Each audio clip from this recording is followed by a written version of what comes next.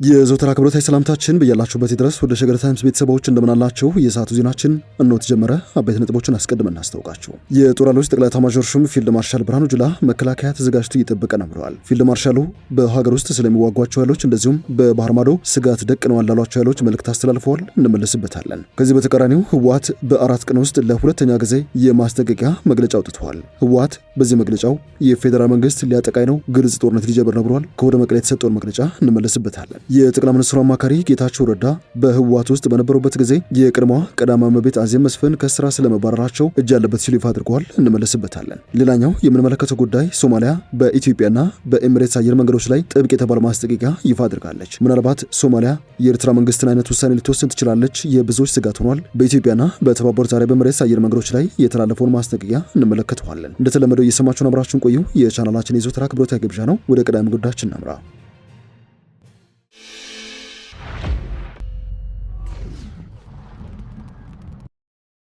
የጦር ኃይሎች ጠቅላይ ኤታማዦር ሹም ፊልድ ማርሻል ብርሃኑ ጁላ የሰሜን ዕዝ ዝክረ ሰማዕታትን ለመዘከር በተዘጋጀው መታሰቢያ ስነ ስርዓት ላይ ተገኝተው ባስተላለፉት መልእክት መከላከያ ከየትኛውም አቅጣጫ በየትኛውም ጊዜ በልማት በሰላማችንና በብሔራዊ ጥቅማችን ላይ ሊቃጣ የሚችል ማንኛውንም ጥቃት ለመከላከል ዝግጁ ነን ሲሉ ተናግረዋል። ህወሓትን ከሃዲ ነው ሲሉ የገለጹት ፊልድ ማርሻሉ መከላከያ ሰራዊት ለሀገሩ ክብር የከፈለውን መስዋዕትነት ክደው ኢሰብአዊ በሆነ መንገድ ክብሩን አዋርደው ከሰው ልጅ አእምሮ በላይ ግፍና ጭካኔ ፈጽመውበታል ሲሉ አስታውሰዋል። ይህ ድርጊት መላው ሰራዊቱና መላ ኢትዮጵያን ህዝብ ያሳዘነ አንገት ያስደፋ ድርጊት በመሆኑ መቼም የትም እንዳይደገም መቼም አንረሳውን በሚል መሪ ቃል በልዩ ሁኔታ መታሰቡን አንስተዋል። ፊልድ ማርሻል ብርሃኑ ጁላ ከጥቅምት 24 2013 ዓ.ም በፊት ኢትዮጵያ የድል ቀን እንጂ የክደት ቀንን አክብራ አታውቅም ባይ ናቸው። ፊልድ ማርሻል ብርሃኑ ጁላ ሰውን በዘረኝነትና በጥላቻ ቀስቅሰውና አነሳስተው ቀጥላት ተዋግቶ ነጻ ያወጣቸውን አንበጣ እያባረረ ሰብላችን የሚሰበስብላቸውን ህዝቤን ብለው ደክሞት ያረፈን የመከላከያ ሰራዊት በተኛበት ክደት ፈጽሟል ሲሉም ነገሩ እጅግ እንደሚያም አስታውሰዋል። ይህ ድርጊት በተፈጸመበት ወቅት የኢትዮጵያ ሰራዊት ተገዶ የህልውና ዘመቻ በጀመረበትና ትግራይ ውስጥ በገባበት ወቅትም አብዛኛው የትግራይ ህዝብ ሰራዊት እንደተበደለና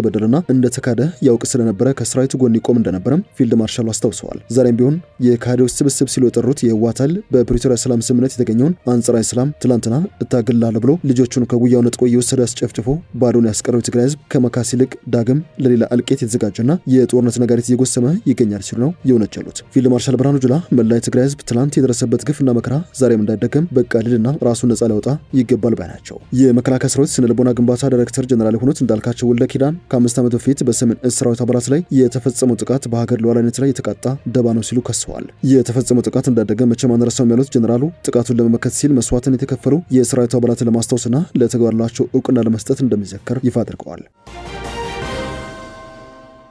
የሰዓቱ ዜናችን እንደቀጠለ ነው። ወደ ሌላኛው ጉዳያችን እናምራ።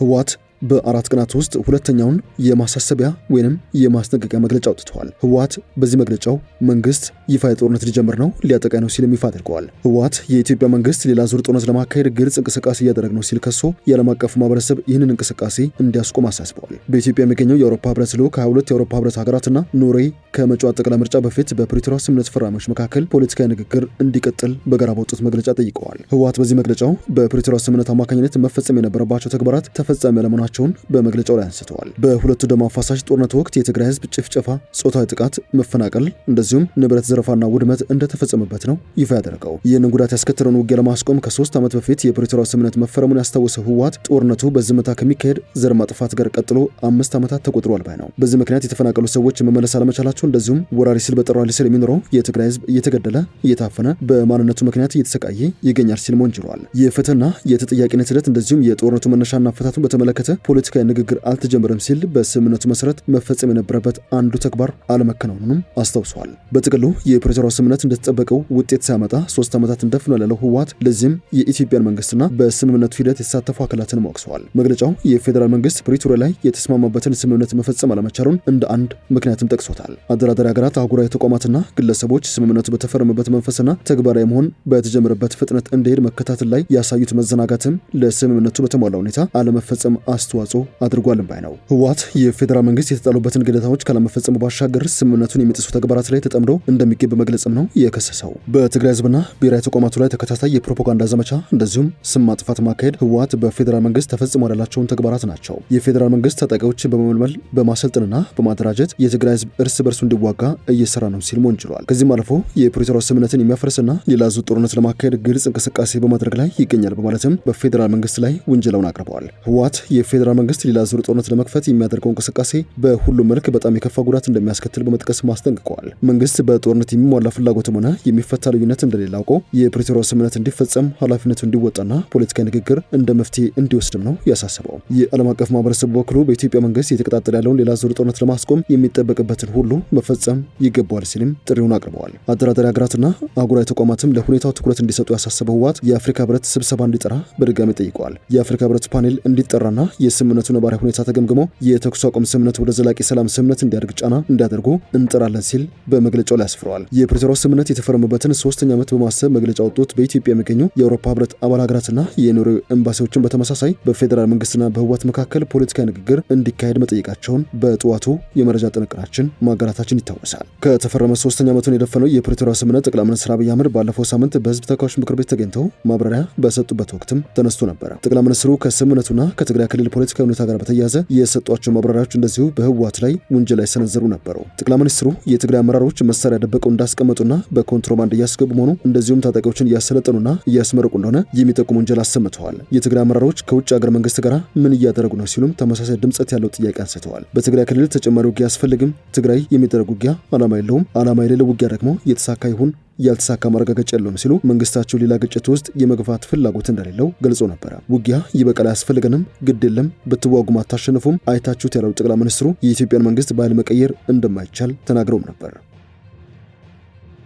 የጠቅላይ ሚኒስትር አብይ አህመድ የምስራቅ አፍሪካ ጉዳዮች አማካሪ ሚኒስትሩ ከዚህ ቀደም ደግሞ የህወሓት ማዕከላዊ ኮሚቴ አባል የነበሩት አቶ ጌታቸው ረዳ በቀድሞዋ ቀዳማዊት እመቤት አዜብ መስፍን ከስራ መባረር ወይንም ከህወሓት መሰናበት እጅ ያለበት ብለዋል። ከዚህ ቀደም የጠቅላይ ሚኒስትር መለስና የአዜብ መስፍን የመጀመሪያ ልጅ የሆነችው ሰማር መለስ ወልቃይትን በጉልበት መጠቅለል አይቻልም የሚል ቃለ ምልልስ መስጠቱ ይታወሳል። አቶ ጌታቸው ረዳ ከሰሞኑ በትግርኛ ቋንቋ በሰጡት ቃለ ምልልስ እንደተናገሩት ከሆነ የቀድሞዋ ቀዳማዊት እመቤት አዜብ መስፍን ጥርስ የተነከሰባት በህወሓት ማዕከላዊ ኮሚቴ ወልቃይቴ ነው ብሎ ያምናል ሲል በመናገሩ ነው ሲሉ ይፋ አድርገዋል። አዜብ መስፍን ከህወሓት እንድትባረር ቀደም ሲል ከነበራቸው የኤፈርት ዋና ስራ አስፈጻሚ ስልጣን ለማውረድ በተደረገው ጥረት ላይም ዋና ተሳታፊ ነበርኩኝ ያሉት አቶ ጌታቸው አስታውሳለሁ፣ በአቶ ስብሐት ነጋ ጥርስ እንዲነከስባት ካደረጓት ነገሮች አንዱ የወልቃይት ጉዳይ ነው ብለዋል። ወይዘሮ አዜብ መስፍን በወቅቱ በህወሓት ማዕከላዊ ኮሚቴ ስብሰባ ላይ ወልቃይቴ ነው ብሎ የሚያምን ማህበረሰብ ወይንም ህዝብ ነው በሚል ንግግር ማድረጓን ተከትሎ በማዕከላዊ ኮሚቴ ግምገማ ላይ ጥርስ እንዲነከስባት ከዚያ በኋላም በህወሓት ከነበራት ከፍተኛ ስልጣን እንድትሰናበት ዋነኛ ምክንያት ነው በሚል በቃለ ምልልሱ ላይ ሲናገሩ ተደምጠዋል። ከዚህ ቀደም የአቶ መለስ ዜናዊና የወይዘሮ አዜብ መስፍን የመጀመሪያ ልጅ የሆነችው ሰማር መለስ ቀጥቅጠን ትግራይ የምናደርገው አካል እንደሌለ ልናውቅ ይገባል ስትል መናገሯ የሚታወስ ነው። ሰማር መለስ ዜናዊ በነሐሴ ወር ለአንድ ሪፖርት ከተባለ የኢትዮ ሚዲያ ጋር በነበራት ቃለ ምልልስ ላይ ወልቃይትን አስመልክቶ ስትጠይቅ ወልቃይት ላይ የሀገር ግንባታ ወይንም የኔሽን ቢልዲንግ መፍረስ አጋጥሞናል ስትል መናገሯ ይታወሳል። ሰማል ትግርኛ የሚናገሩ ኤርትራውያንና ትግርኛ የሚናገሩ ኢትዮጵያን እንዳሉ ገልጻ ቋንቋ የማንነት መገለጫ ለመሆኑን በገደምዳሜም አስረድታ ነበረ። የወልቃይትና የጎንደር መሳፍንት ግንኙነት ጠንካራ ነበር ያለችው ሰማል የወልቃይትን ገበሬ ያጣነው ግን የኢኮኖሚ ተጠቃሚነቱን ባለማረጋገጣችን ምክንያት ነው ስትል ተናግራም ነበር። ቀደም ሲል በነበረው የህወሓት አስተዳደር በሌላ የትግራይ አካባቢ ያልነበረውን ግዙፍ የጸጥታ ኃይል ወልቃይት ላይ እንደነበር ገልጻ በዚህም እያስገደድክና እየደበደብክ ትግራዋይ በማድረግ ማስገበር አይቻልም ስትል አብራርታ ነበር።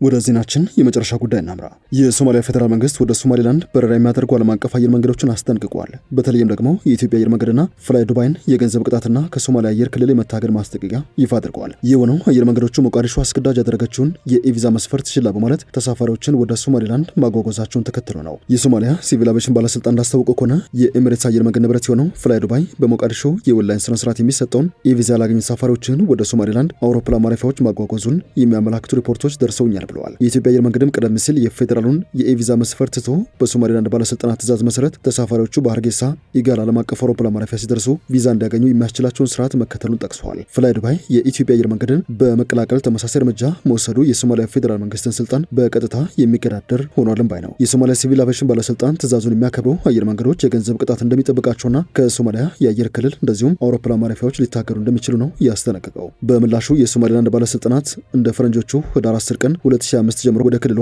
የአየር ክልል ለሚገቡ ዓለም አቀፍ በረራዎች ሁሉ የቅድሚያ የበረራ ፍቃድ እንዲያገኙ ግዴታ ስለመሆኑ አስታውቀዋል። የሶማሊላንድ የበረራ ፍቃድ ትዕዛዝን የሞቃዲሾ ማስጠንቀቂያ በቀጥታ የሚገዳደር እንደሆነ እየተጠቆመ ሲሆን በሁለቱ ሀገራት መካከል ያለውን ውጥረት ወደ አዲስ ምዕራፍ የሚያሸጋግር እንደሚሆን ተዘግቷል ነው የተባለው።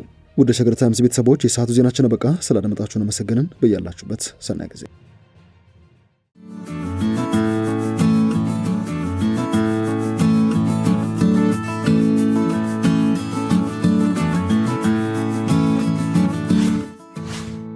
ሸገር ታይምስ ሚዲያን ሰብስክራይብ በማድረግና ደወሉን በመጫን ይከተሉን።